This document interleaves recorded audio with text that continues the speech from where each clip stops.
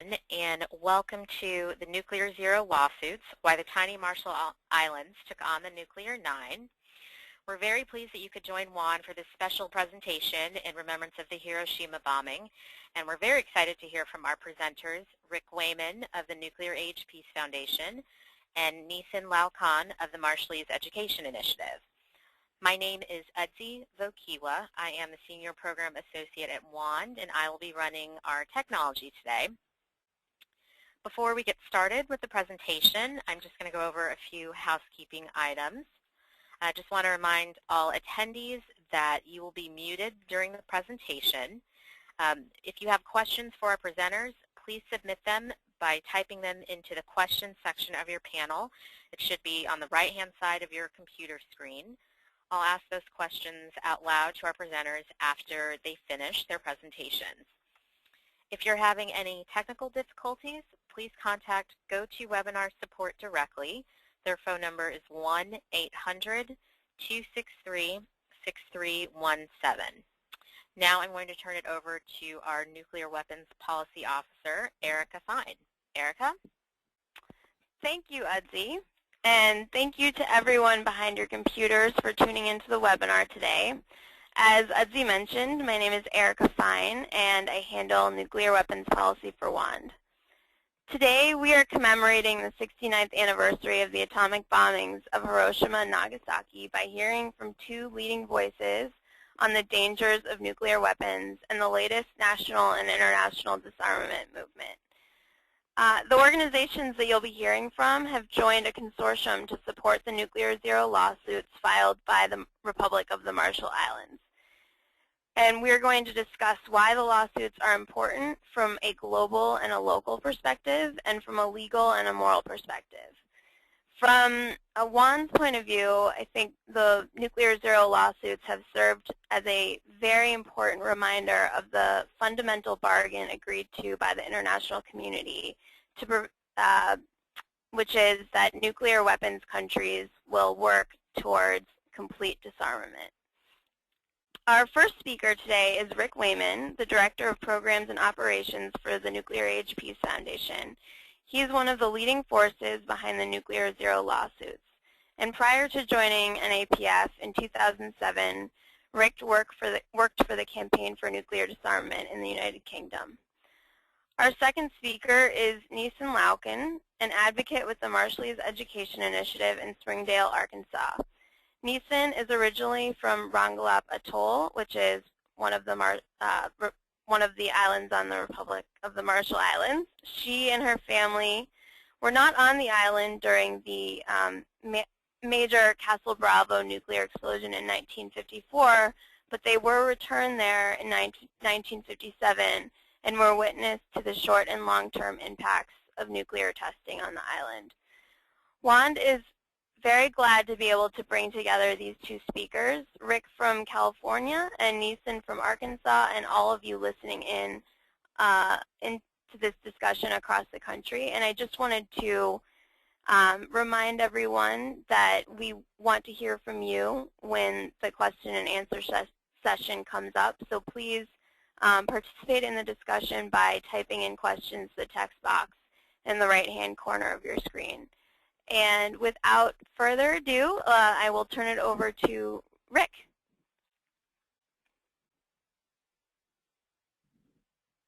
Thank you very much, Erica, and a big thank you to WAND for hosting this webinar. So I just wanted to start out by explaining a little bit about the Nuclear Zero lawsuit. What I'm going to be talking about today is some background of the lawsuits themselves. Then I'll talk just for a minute about the current status of the lawsuit, and then I will end with a few ideas of things that you can do. So to start out, the Nuclear Zero lawsuits were filed about 3 months ago on April 24th by the Marshall Islands against all 9 nuclear-armed nations for their failure to negotiate nuclear disarmament. Now, there were 10 lawsuits filed altogether. There was one filed in United States federal district court against only the U.S. And then there were 9 individual lawsuits filed in the International Court of Justice against one against each of the 9 nuclear-armed nations.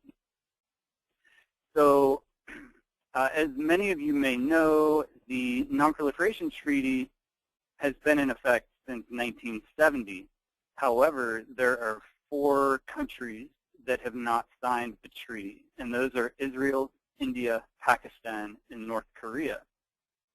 Now, the Marshall Islands believes that those 4 countries, even though they haven't signed the NPT, they still have a duty under international law to stop arms raising and to negotiate for nuclear disarmament. And so those 4 nations were brought in to the lawsuits under what's called customary international law. And that really focuses on the 1996 decision in the International Court of Justice that ruled on the illegality of the use or threat of use of nuclear weapons, as well as simply the fact that the Non-Proliferation Treaty itself has been in effect for 44 years. So it's a long-standing pillar of international law at this point. And then, of course, the 5 countries that have nuclear weapons that are part of the Non-Proliferation Treaty are the U.S., Russia, UK, France, and China. So the basis for the lawsuit for the countries that are part of the NPT is Article 6. And I'll just read that real quick. It's also up on your screen, of course. It says, each of the parties to the treaty undertakes to pursue negotiations in good faith on effective measures relating to cessation of the nuclear arms race at an early date and to nuclear disarmament, and on a treaty on general and complete disarmament under strict and effective international control. So this lawsuit, or these lawsuits, I should say, focus on the first part of Article 6, a cessation of the nuclear arms race and nuclear disarmament. The lawsuit is not going into trying to force any kind of decision on general and complete disarmament at this time. These lawsuits are unprecedented. What they seek to do is they seek to force nuclear-armed nations to answer in a public, on-the-record way about how their actions, such as modernizing their nuclear arsenals, planning for nuclear deployments many decades in the future, boycotting multilateral disarmament initiatives, square with their legal obligations under the Non-Proliferation Treaty and customary international law. A couple things I want to stress. First of all, me being based here in the U.S., it's easy to focus on the U.S. government and their failures to disarm. But I do want to say that the Marshall Islands in these lawsuits was very clear about the fact that it's all of the nuclear-armed nations that need to be participating in this. Another thing, and this is something that the foreign minister of the Marshall Islands, Tony DeBroom, has been very clear about, is that the Marshall Islands is not trying to be antagonistic with these lawsuits. They see what they're doing as being a good friend, doing something that a good friend would do. Very often, you might hear the phrase, friends don't let friends drive drunk. And that's because if someone drives drunk, they're a danger to themselves, and they're also a danger to untold numbers of other people. Same thing in the opinion of the Marshall Islands, same thing goes for nuclear weapons. Not only do they pose a danger to people around the world, but they also pose a danger to the people in the country that actually possesses them. So just to update you all a little bit on the current status of these lawsuits, in the International Court of Justice, there are 3 of the 9 countries have what's called compulsory jurisdiction. And that means that they have signed up to the International Court and have agreed that any case brought against them will be heard. And so those three countries are the United Kingdom, India, and Pakistan. The other 6 nuclear-armed nations, the U.S., Russia, France, China, Israel, and North Korea, have been invited to participate in this particular case in the international court, but there's no requirement that they do so. We are not entirely sure yet whether any of those 6 who have been invited will indeed choose to participate. We might guess that they don't want to do so because they seem quite happy with the status quo, but we'll see. We could be pleasantly surprised, and one of the reasons for these lawsuits is to call them out and force them to answer. Now, before I get to the update about what's happening in the case in U.S. court, one of the counter-arguments that we've heard already quite a bit from both the U.S. and the Russian government is that we are in compliance with Article 6 of the Non-Proliferation Treaty. We are disarming. We've gotten rid of 80 or 85% or whatever the exact figure is of our nuclear weapons when compared to the peak of the Cold War nuclear stockpiles. So that may be true numerically, but it's important to note, I think, that a nuclear arms race does not have to be simply quantitative. It doesn't have to be just about numbers. It can also be qualitative, and that's what we have today. Just a couple of hours ago, I was speaking at a Hiroshima Remembrance event at the gate of Lawrence Livermore Nuclear Laboratory in California, and that's one of the U.S.'s 2 main nuclear weapons labs. That is where the nuclear arms race is still happening. The U.S. is pouring billions of dollars into modernization programs to extend the lives of nuclear weapons by decades and to give some of them new military characteristics and capabilities. So we clearly see that it's happening, and this is one of the goals of the lawsuits is to stop that. So to update on what's happening currently in U.S. court, back just a couple weeks ago on July 21st, the U.S. filed a motion to dismiss. Now that's an entirely expected thing from anyone who's getting sued. You know, the first thing they're going to want to do is try to get it thrown out of court. And the motion to dismiss argues 5 main points. That there's no real injury that is that has been suffered by the Marshall Islands. Another point is that this is a political question that shouldn't be decided by the court. The treaty, the Non-Proliferation Treaty, is not self-executing, meaning that there's no law that fully requires this to happen.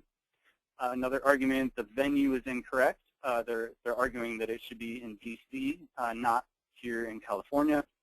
And I think one of the most bizarre points that they make is that there should be a statute of limitations here. The Marshall Islands joined the Non-Proliferation Treaty in 1995. And so what the U.S. government is saying here is, why did it take them 19 years to file this lawsuit? If they really cared about this issue, they would have done this a long time ago. So since they haven't done it until now, they shouldn't be able to do it.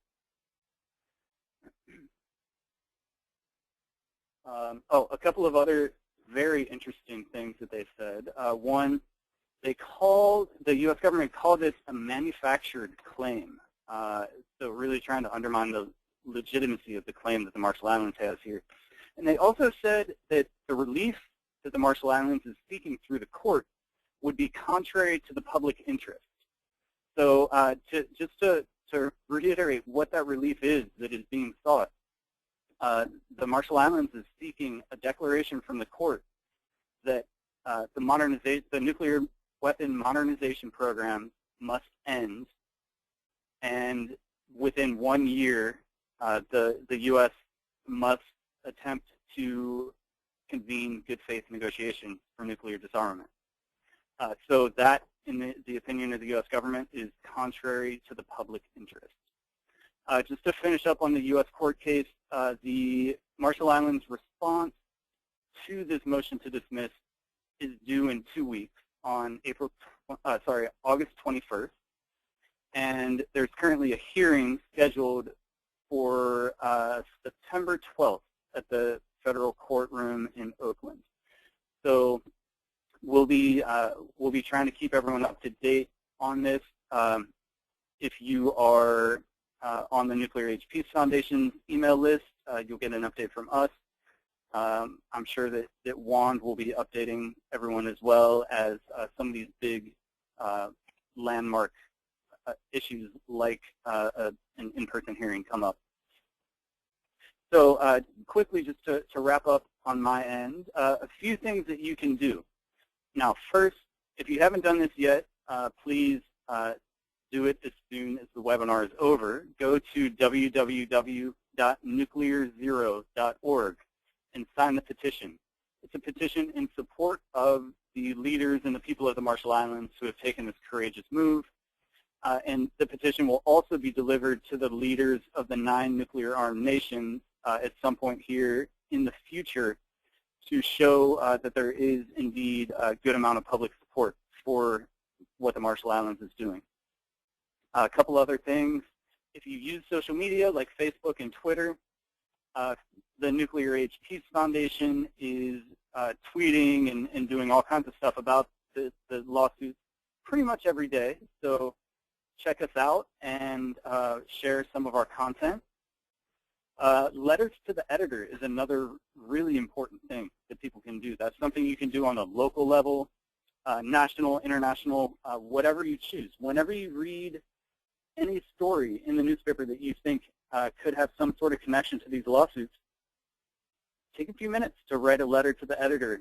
Mention the lawsuits, mention your support of the Marshall Islands, mention the legal requirements for the U.S. and the other nuclear-armed nations to disarm. And finally, I want to mention, if you're a part of any kind of group, religious group, civic group, whatever, encourage that group to sign on in support of the Nuclear Zero campaign. WAND is an important member of the consortium. They've been updating their members throughout this process so far. And of course, hosting this webinar was a really great contribution. And I would welcome any other groups to get involved as well. So you can email me directly, and you can also do this from the Nuclear Zero website.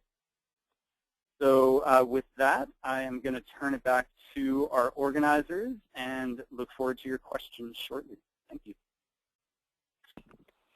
Thank you so much, Rick. That was really, really helpful. Now we're going to hear from Neisen. So if you'll give us just a moment, we'll do a little switch on the back end, and then she'll begin her presentation.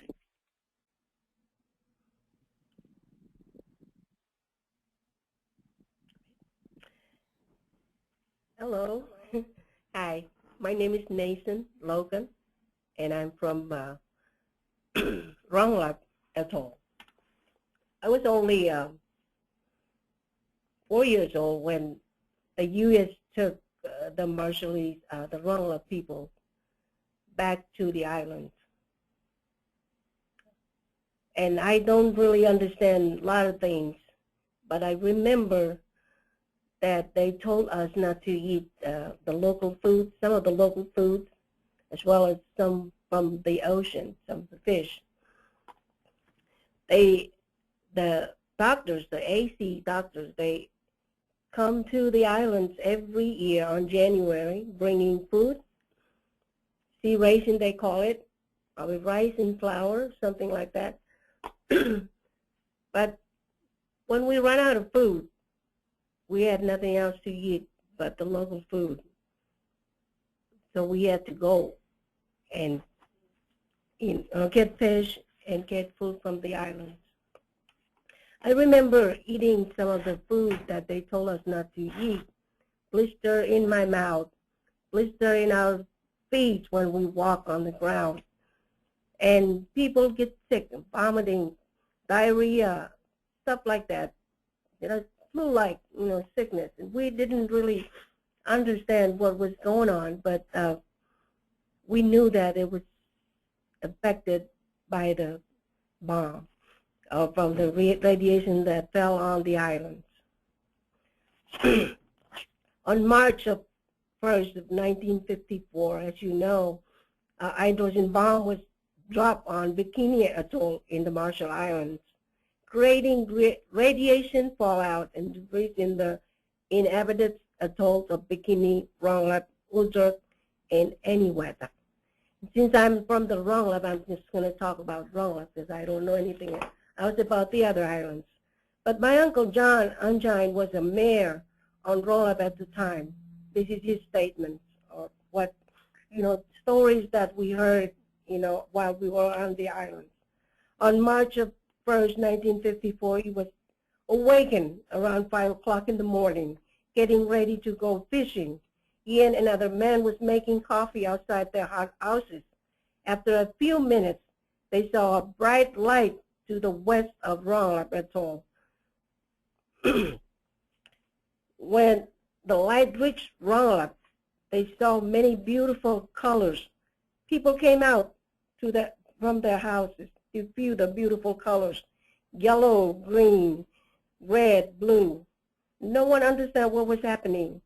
And then there was a gust of wind come from the explosion. It was so strong some people staggered, including my uncle, John Unjoin. Then they saw a smoke cloud. He stood there and watched the smoke go up in the sky. As it reached the cloud, he heard a loud sound, louder than a thunder. That's what he said. Women and children were so scared they didn't know where to go, so they ran to the woods. Once the sound of explosion died out, everyone started doing their normal activities like cooking and support. Some men went fishing, including my uncle, John Unjoin. As he walked along the beach, he looked up and saw the sky white like smoke, but kept on walking.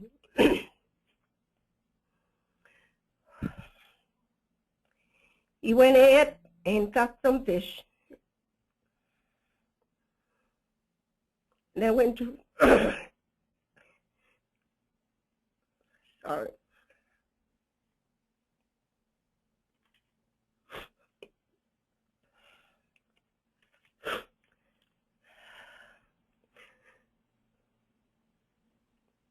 They went to get some coconut, went back to the beach and sat down on the rock and started eating. While he was sitting there, waiting, eating, the powder began to fall. You look at the trees and they turned white, as well as his entire body.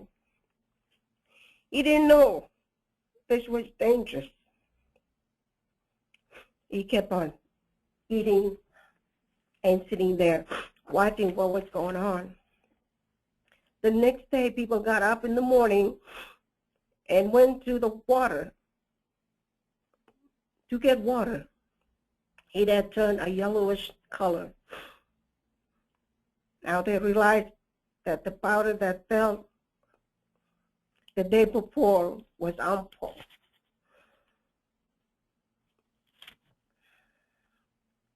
But the people still eating, drinking contaminated food and water. During the night, people were sick. So the health aide warned them not to drink water, but coconut juice or coconut milk. On March 2nd, 1954, at 3 o'clock in the afternoon, a seaplane from anywhere that landed in the lagoon of Rongelap, and two men came ashore. They had come to inspect the damage caused by the bomb. They told my uncle they were going to stay there 20 minutes, but they did not stay that long. They left less than 10 minutes without telling people anything. In the meantime, people still consuming contaminated food and water.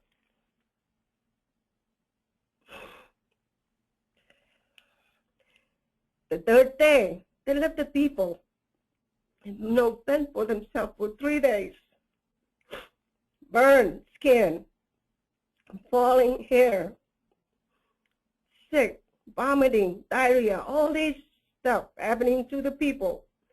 And they left them there for 3 days, fend for themselves. The third day, the plane came in a ship, arrived on Rolla, and they told them to get on board and don't take anything with you. Anybody who is thinking of staying on the islands will die. So everyone left everything and get on board. But before they got on board, they stripped them naked, men and women together, sprayed them down, give the women men underwear and T-shirt to wear. And they were on their way to Island 9 to pick up some people there too. They picked up about 19 people from Island 9. They did the same thing to them. But they got on board, they stripped them naked, sprayed them down, put them the same thing they did to the people before them.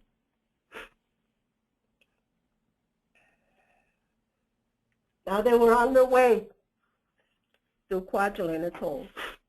They stayed in Kwajalein for 3 months, I mean.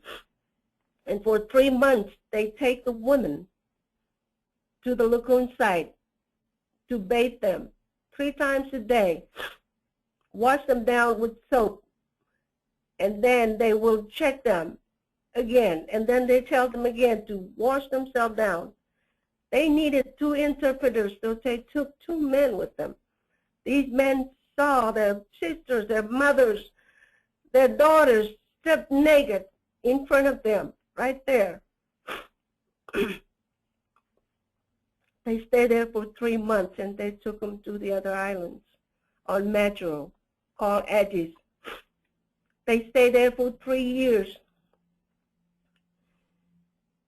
And at that time, they had a meeting, and they were ready to take them back to Rolla. They built their houses and built built some houses, and they were ready to take them back to the islands. My uncle, John Unjoin, asked him why they were taking them back to the island if it's still contaminated. They told him that it was contaminated, but it was not dangerous. But if he was thinking about staying there, then he can stay there and help himself, fend for himself. So they had no choice. They had to go back to Rolla. I was on the trip to Rolla. I was only 4 years old, like I told you. I didn't really understand a lot of things, but I watched people die of cancers. I watched babies born with deformed bodies. You can see some of them brain, their backbones. And some people, some babies were born was not like human beings. They looked like animals or some kind of things. I asked one of my cousins, why didn't she take pictures of the baby so we can have some proof that the baby were born deformed? She said, I was ashamed. I was hurt. And I didn't want people to see what happened. I went to school, in high school. I was only 14 years old.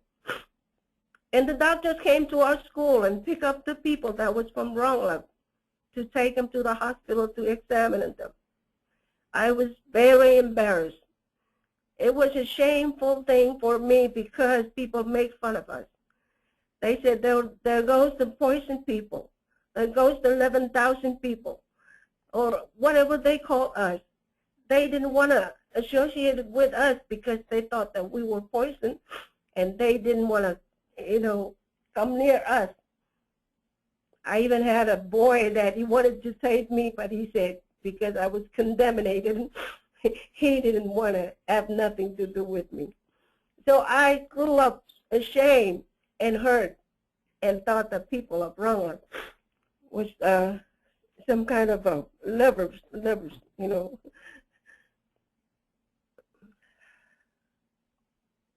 All these things that I grew up hearing my grandmothers and the elders people talking about.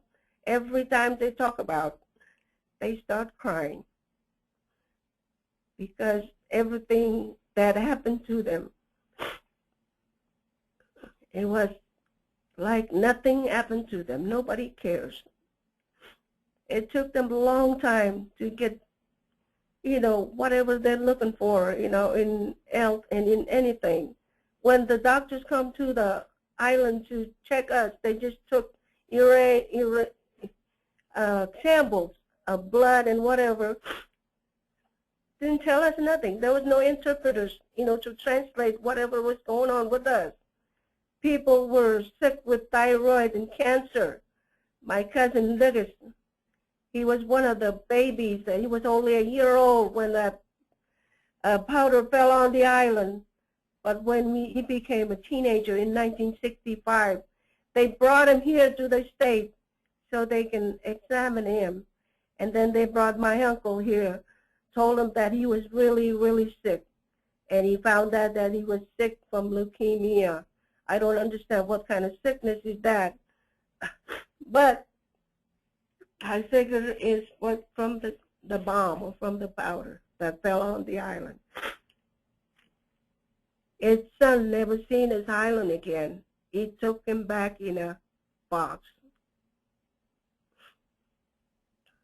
And I was in the States when they evacuated the people from the islands. But my dad went to Japan in 1975. He went to Japan on a boat with the Greenpeace, a boat called a Rainbow Warrior. He went on all the TVs in Japan because he knew how to speak Japanese. He said he tried to get help from our government and from American government, but nobody would help him. So he went on a boat to Japan to get help. He got on the air, on their TV and radios, and tell of what happened to our islands.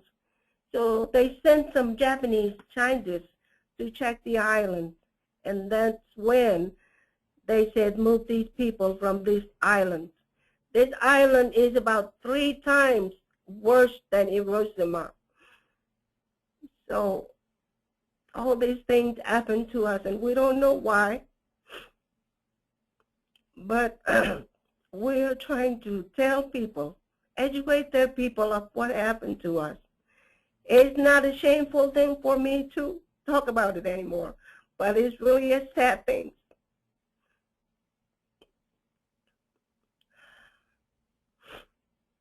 For me to talk about what happened to our islands.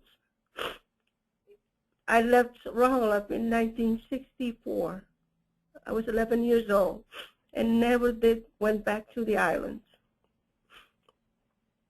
And I missed it very much.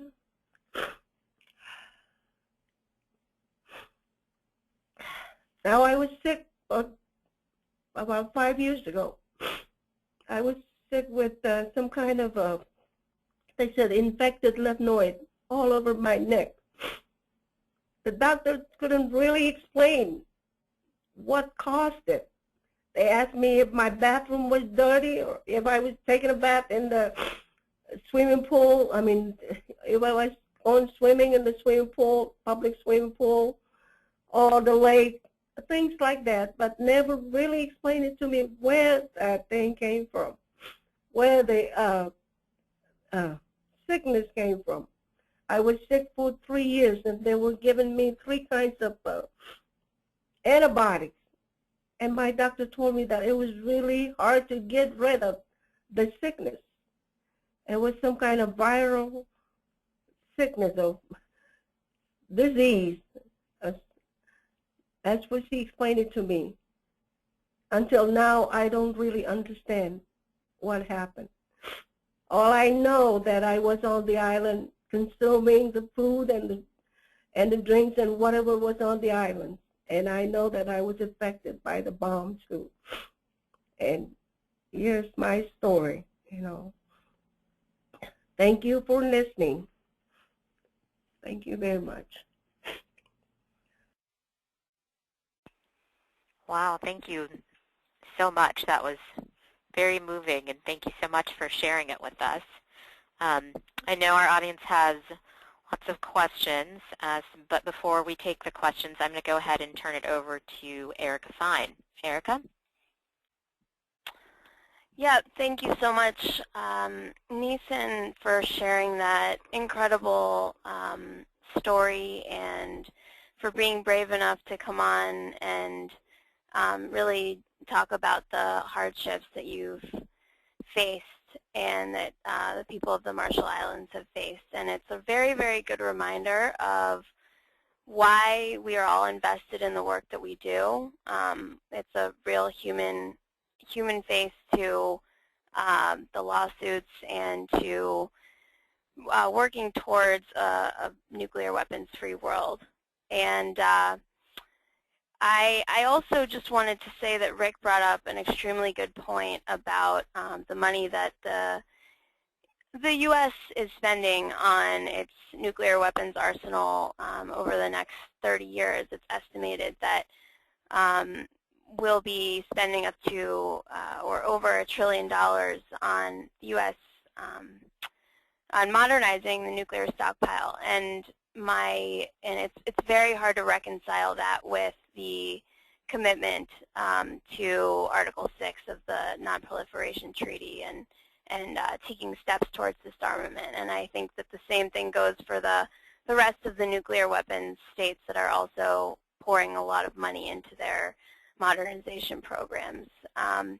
And one of the things that we at WAND constantly are thinking about is how do we get this message out to a larger audience. One of the ways is through webinars, but I just wanted to, you know, we had a very good segment on the HBO show called Last Week Tonight, and the comedian formerly of the Daily Show, John Oliver, did a 15-minute segment on the U.S. nuclear arsenal, and I would very much encourage everyone to watch it and to share it, and it kind of brings me to a question that I have for Rick, which is what kind of attention have you gotten, and what kind of media and who's been interested in the Nuclear Zero lawsuits and the work that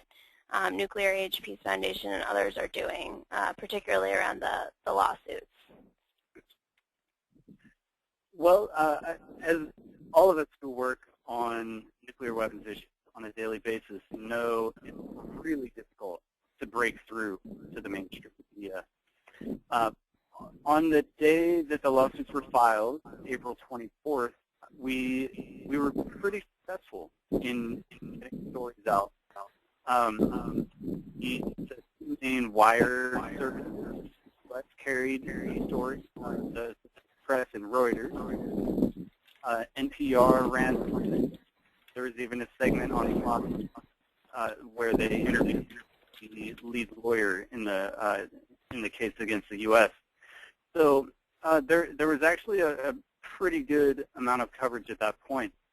As we all know, the news cycle is pretty fickle, but we are constantly trying to get more things out there.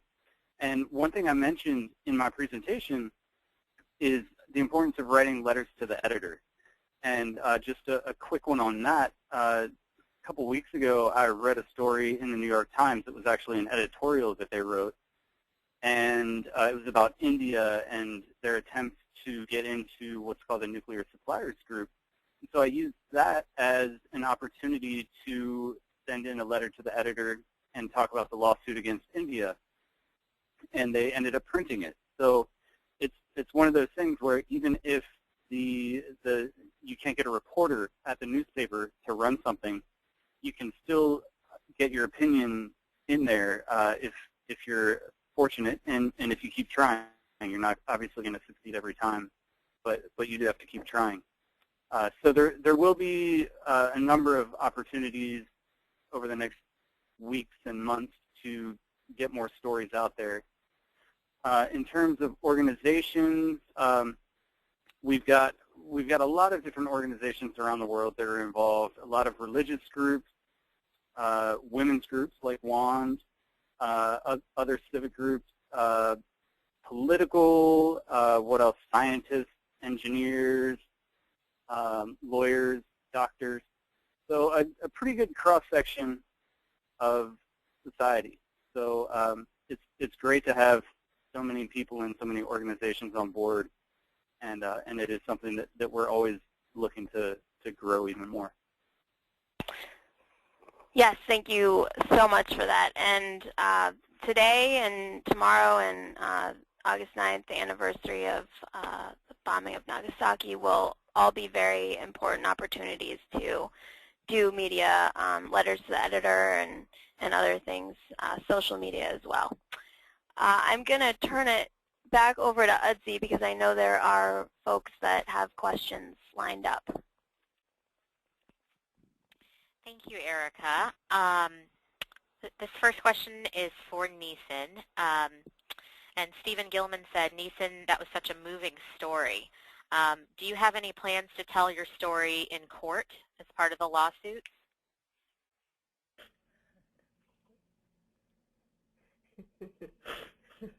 I don't know. I have to think about it. I'm kind of scared, but yeah, I'll let you know when I got to talk to my husband about it and other people. But I think that would be good. Well, thank you for sharing it with us. Our next question is for Rick from Elise Copper. Elise asks, Rick, which of these 10 lawsuits have the best chances of winning? Great question. Well, the lawsuit against the U.S. in U.S. court is definitely moving forward, and 3 cases in the International Court of Justice are definitely moving forward. Those are against the United Kingdom, India, and Pakistan. The other 6 lawsuits may or may not go forward depending on whether the country being sued accepts the jurisdiction of the International Court in this case. So really, I would say we have an excellent chance of 4 of these cases moving forward. So those would be against the U.S., here in the U.S., and then the UK, India, and Pakistan in the International Court of Justice. And you know, in my opinion, I've gone through all of the filings very carefully, and I think that the Marshall Islands has an extremely strong case against all of them. So you can never really predict what a court is going to do, if they're going to get hung up on some sort of technicality. But I think that the case against those 4 countries I mentioned is very tight, and I do have strong hopes that the Marshall Islands is going to prevail on those. A follow-up question to that, Rick, from Joseph Albrecht. Joseph asks, if the U.S. or other nations do succeed in winning a motion to dismiss the lawsuit, are there other avenues to hold them accountable for these violations? Well, you know, litigation is kind of a long tradition in trying to make social change. And so even if these particular lawsuits don't succeed, it's something that we as a movement can learn from and take our best practices that we learned and learn from our mistakes and not repeat those again, and hopefully move forward. So, you know, there is an appeals process in the U.S. court. So, if the motion to dismiss is granted for some reason, then it would likely be appealed. In fact, if the motion to dismiss is denied, it's likely that the U.S. government would appeal that. So it could be that the next step here in the U.S. case is to go to some sort of appeals court. And if I might also add to that, this is Erica. There are other avenues are also by writing letters to your members of Congress and making sure that your voices are heard with them. This is a long, widely known, but not often used understanding is that members of Congress really care about what their constituents say and think, and they really want to know what issues matter to you. So one of the ways to hold them accountable and move the ball is by meeting with them, by writing with them, and we at WAND would be more than happy to help you set up a meeting or a call or or do a letter writing campaign.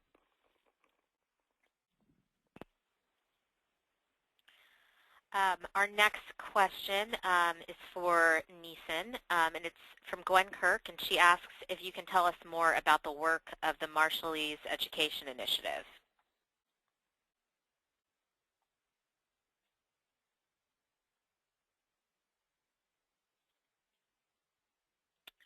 Neisen and April, I think you are muted. Yeah, the MEI is a nonprofit organization, and they're trying to help the people in the Marshall Islands from Bronx or 4 atolls, the people that was affected by the bomb.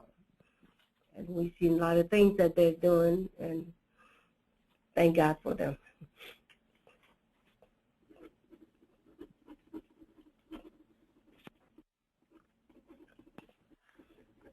Okay.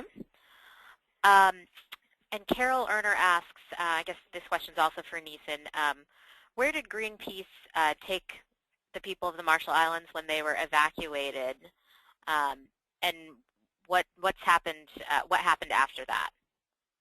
Okay, they took them to a small island off of Kwajalein called Megato. The people didn't have no houses there. They had to build hot houses to live in there, and it was really hardship. It was really hard for them. They were trying to grow, food on the islands because there was none there. There was coconuts and other stuff, but there was none. The food that they used to eat on their island, they didn't have it over there, so they had to farm some food, plants, and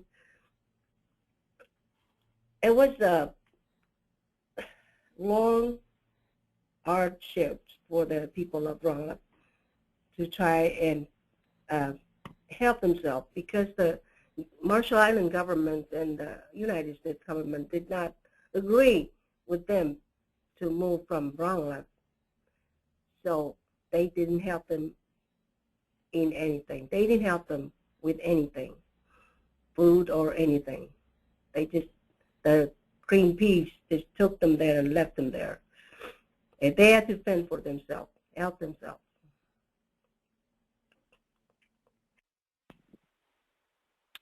Thank you. Our next question is for Rick Wayman. It is from Lyndon Burford.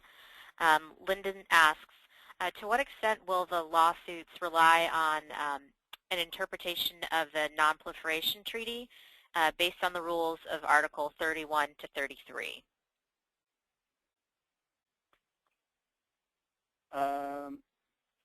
I actually don't know how to answer that question. I'm not sure what Articles 31 to 33 are. Sorry. All right, I guess we can follow up on that one. Yeah, sorry about that. Oh, I'm sorry. It's the Vienna Convention of the Law of Treaties, Articles 31 to 33. Okay. Well, unfortunately, I'm still unable to answer that. I'm not an international lawyer, so I am not entirely familiar with that.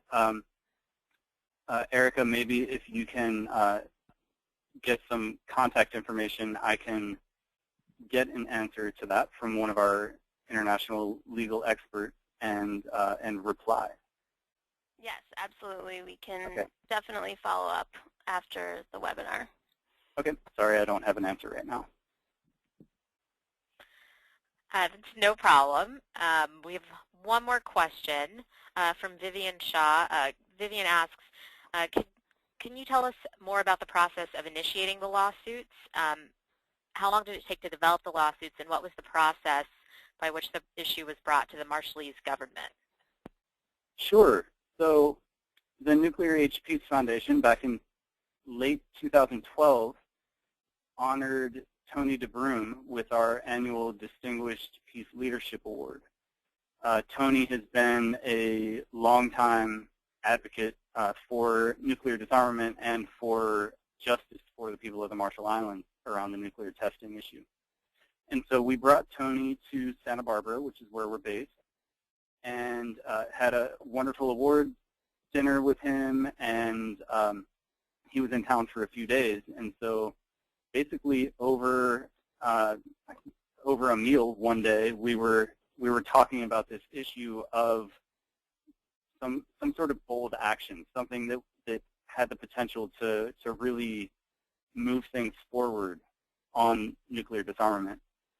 And it was just a few of us from the Nuclear Age Peace Foundation and Tony, and a few of the people in the room were lawyers. And so this idea came up, and you know, it was something that really appealed to Tony, and so that was about as detailed as it got at that time. And we just said, yeah, you know, we'll be in touch, and we'll see what happens. And he took the idea home, spoke to some of his fellow cabinet members, and then we got back in touch and got things started. In terms of formulating a legal team to work on this, that was a very lengthy process, but all of the lawyers are working pro bono on this. There's a law firm based in Seattle called Keller Rohrbach, and they are taking the lead on the U.S. Federal District Court case. And then there is a group of international lawyers from different countries around the world, and they are all contributing their expertise and many, many hours of hard work to the cases at the International Court of Justice. So they're all listed on the Nuclear Zero website. You can see who makes up those legal teams. But yeah, once that happened, it was really just a process of getting all the arguments together and presented in a very succinct format, as well as on the Marshall Islands, and obviously some quite intense discussions among cabinet members and the president about whether or not to do this, you know, what the consequences are or could be, and they decided that any risks that there might be are worth it in the end. So they decided to stand up and actually get these filed. Okay, I think we have time for just one or maybe two more questions. Next question is from Karina Main. Karina asks, what's the likely timing involved in the international process before the cases are heard and taken under more specific legal consideration? Sure, I guess I'll take that. And hi, Karina. Good to hear from you. Karina was an intern with us a year or two ago. So let's see. In terms of the timing internationally, I kind of alluded very vaguely to this in my presentation. Things moved pretty slowly at the international court. I don't know the exact timing, but I believe there are going to be some, what do they call them, memorials, kind of a more detailed version of the applications that were filed on April 24th. And I believe those are going to be due sometime around the end of the year or possibly even the beginning of 2015.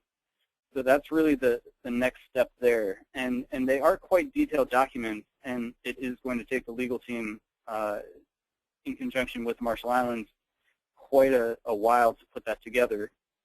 But then once those memorials are filed, then the defendant nations are going to have, I think, another 6 months to reply to that. So, I think we're really looking at probably 4 to 6 months from now before we hear a whole lot of, much of anything on the international court case. All right. Well, I think we are just about out of time. I just wanted to say thank you so much to our presenters. This webinar has been very informative and very, very moving. So thank you both for your time. And I want to thank everyone who joined us at home.